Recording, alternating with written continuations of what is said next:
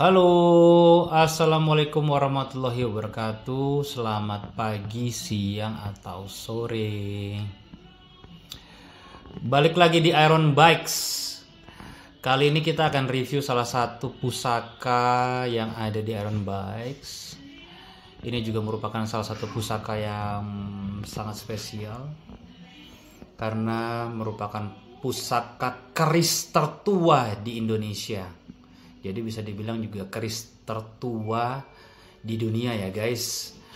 Namun sebelum itu teman-teman jangan lupa untuk subscribe, tekan tombol loncengnya supaya kami semakin semangat dalam membahas atau membabar keris dan pusaka-pusaka di Iron Bikes. Oke. Keris ini dikatakan sangat spesial karena merupakan keris tertua, keris pertama yang ada di Indonesia. Kita jelaskan kenapa dia termasuk tertua. Dan keris ini juga merupakan salah satu keris yang banyak diminati oleh kolektor karena tua dan bersifat sebagai keris tindih, guys. Keris tindih itu maksudnya keris yang mengayomi dari semua pusaka-pusaka yang dimiliki. Makanya para kolektor banyak yang menyukai keris ini untuk mengayomi keris-keris yang dimilikinya. Keris ini sebenarnya sangat langka, sangat sulit ditemukan, namun juga sangat banyak di pasaran. Kenapa? Karena kelangkaannya, maka keris ini pun semakin dicari dan diminati, harganya pun semakin tinggi. Makanya banyak yang membuat kopinya dan semakin sulit jadinya untuk menemukan yang original. Nah, kita akan bahas ya. Yang ada di Iron Bikes ini merupakan keris original. Mulai dari dedernya pun ini merupakan deder yang sangat tua, sepuh. Kalau teman-teman mau lihat deder-deder tua itu seperti ini guys. Diperkirakan umurnya sudah mencapai 100 tahun. Dan ini juga salah satu deder yang sulit ya. Kalau mau dicari ya, biasanya ditemui di keris-keris tua saja. Melekat di sandangan untuk keris-keris ageman. Rangkanya sangat indah, halus.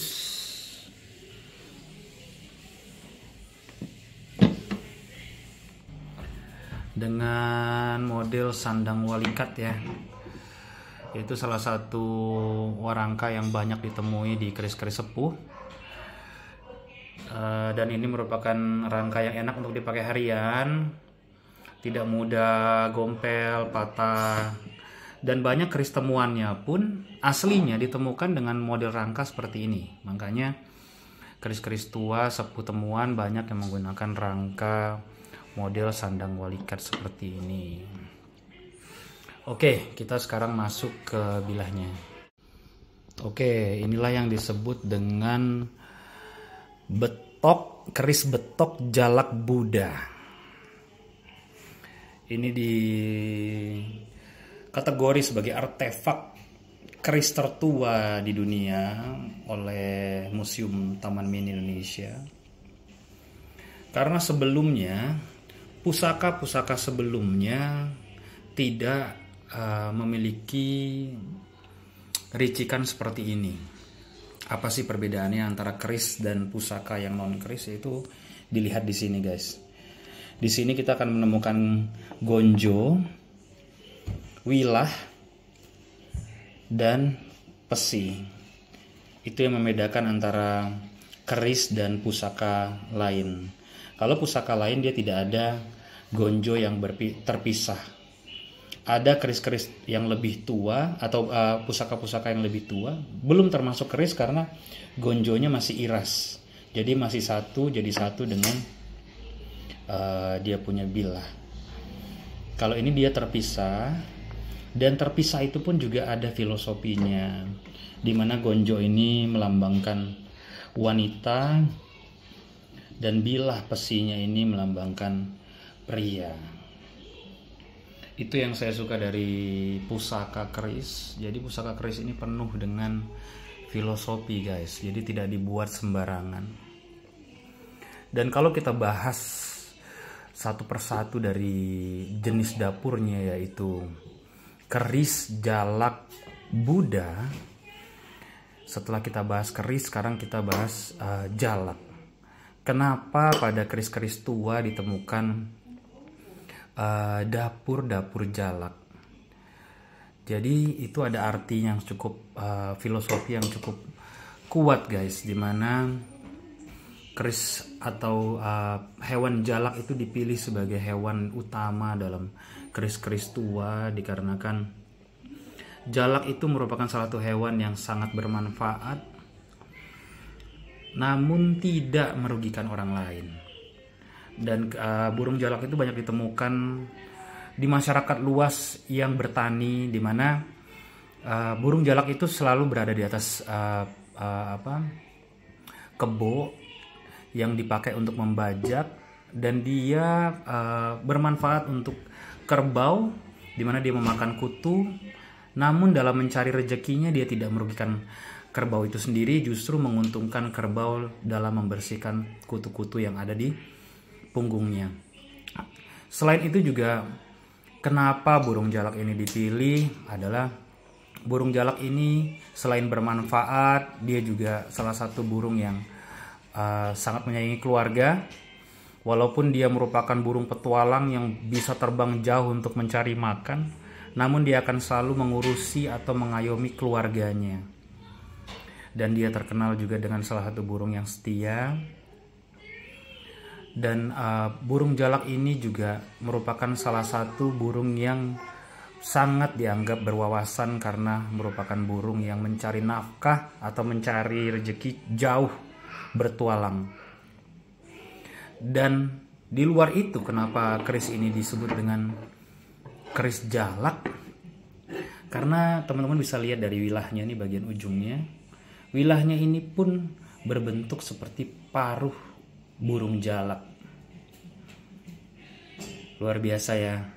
Jadi dari filosofinya ada, dan dari sisi bentuknya pun merupakan bentuk dari paruh burung jalak. Kalau kita mengambil dari sisi ketiga, yaitu jalak Buddha. Jalak Buddha sendiri memiliki ricikan sebagai berikut. Seperti ini ya guys. Ini adalah ciri-ciri keris jalak Buddha. Tapi sebenarnya yang disebut dengan keris jalak Buddha sendiri, keris jalak yang ada pada era-era kerajaan-kerajaan Hindu dan Buddha, yang utama adalah ada-ada ini guys. Ketika keris memiliki ada-ada, odo-odo seperti ini, dan dia memiliki serawean, itu sudah termasuk sebagai keris jalak. Dan jalak Buddha pakemnya berukuran seperti ini guys. Jadi dia tidak terlalu panjang, panjangnya sekitar 25 sampai 27 cm. Jadi seperti patrem lebih dikit. Kalau dari kita ini jaraknya cuma lebih dari sejengkal sedikit, sekitar 25 cm. Dan jalak Buddha itu dia memiliki ricikan berupa gonjo yang tebal, tinggi ya, tinggi dan pendek, dan juga gonjonya tebal ya. Dan dia punya model gonjo itu apa ya, bisa dibilang model rontal pendek ya, rontal pendek. Dan di sini juga teman-teman bisa lihat dia punya bilahnya tegak. Dan di sini ada semacam bilahnya berhenti di sini, baru dia untuk maju sedikit dan turun. Itu ciri-ciri dari jalak Buddha. Dia punya pijetan pun kotak, tegas, dalam. Dia punya sogoan 2. Dia punya keruingan sampai ke depan 2, dan membentuk odo-odo geligir sapi. Dia dilengkapi juga dengan lis-lisan, gusen, dan bentuknya seperti ini. Dan untuk jalak Buddha sendiri, dia umumnya memiliki metuk. Ya, dia juga bukan mendak tapi masih metuk. Dan dia punya pesi ini kotak. Dan jalak Buddha ini, keris jalak Buddha ini umumnya merupakan keris temuan. Jadi akan sangat sulit menemui keris jalak Buddha dengan kondisi yang utuh dan baik. Jadi kalau teman-teman menemui keris jalak Buddha yang kondisinya seperti ini salah satu jenis keris jalak Buddha yang dikategorikan dalam kondisi sangat baik. Apa yang menyebabkan keris ini sangat baik dibandingkan keris-keris jalak Buddha lainnya adalah bilahnya, guys. Jadi ini yang membuat dia awet, yaitu tempaannya sangat rapat, sangat halus. Teman-teman bisa lihat. Dan dia merupakan temuan air, itu yang membuat dia memiliki bentuk yang masih baik. Dan salah satu juga cara mengindikasi bahwa keris ini merupakan keris sepuh tua asli, itu teman-teman bisa raba. Keris-keris original sepuh tua ini kalau diraba dia sangat halus. Orang bisa bilang dia diraba seperti beludru, guys, karena dia punya bilah sangat-sangat halus. Sedangkan kalau teman-teman yang temukan yang bilah buatan baru, bentuk jalak baru, dia akan kasar ya. Dipegang seperti ini dia akan seperti jarum-jarum kasar. Kalau ini dia sangat halus. Jadi kalau kita gesek dengan tisu pun itu halus, tidak ada tisu yang merekat di bilahnya. Kalau keris-keris baru kita gosok dengan tisu seperti itu, dia akan nyangkut ya. Dan dia punya besi pun sudah membatu dan tampak berminyak seperti dodol. Makanya orang bilang besinya lumer, ya kan? Pulen lumer. Nah, ini ciri-cirinya. Dan untuk jalak Buddha awal-awal itu dia tidak memiliki pamor, guys. Kalau untuk jalak-jalak Buddha era-era yang berikutnya di Majapahit, jadi jalak Buddha ini salah satu jalak tapi modelnya seperti jalak Buddha ini sebenarnya dia panjang periodenya, sampai di Majapahit pun ditemukan, namun tidak memiliki karakter seperti ini, baik dari segi ukuran maupun bilahnya. Kalau bilah pulen seperti ini, dia merupakan jalak Buddha awal di era-era Tangguh sampai dengan Singosari akhir. Teman-teman akan menemui keris-keris seperti ini di era-era Sriwijaya dan Singosari. Untuk Kediri dia akan berubah, di bilahnya akan lebih, tempaannya tidak akan sepulen ini dan ukurannya tidak lagi seperti ini. Di Mataram juga akan melihat bahwa bentuknya agak berbeda dengan untuk tangguh-tangguh Singosari. Itu adalah pembahasan mengenai tangguh dan dapur dari keris ini. Keris ini merupakan salah satu keris yang bisa dibilang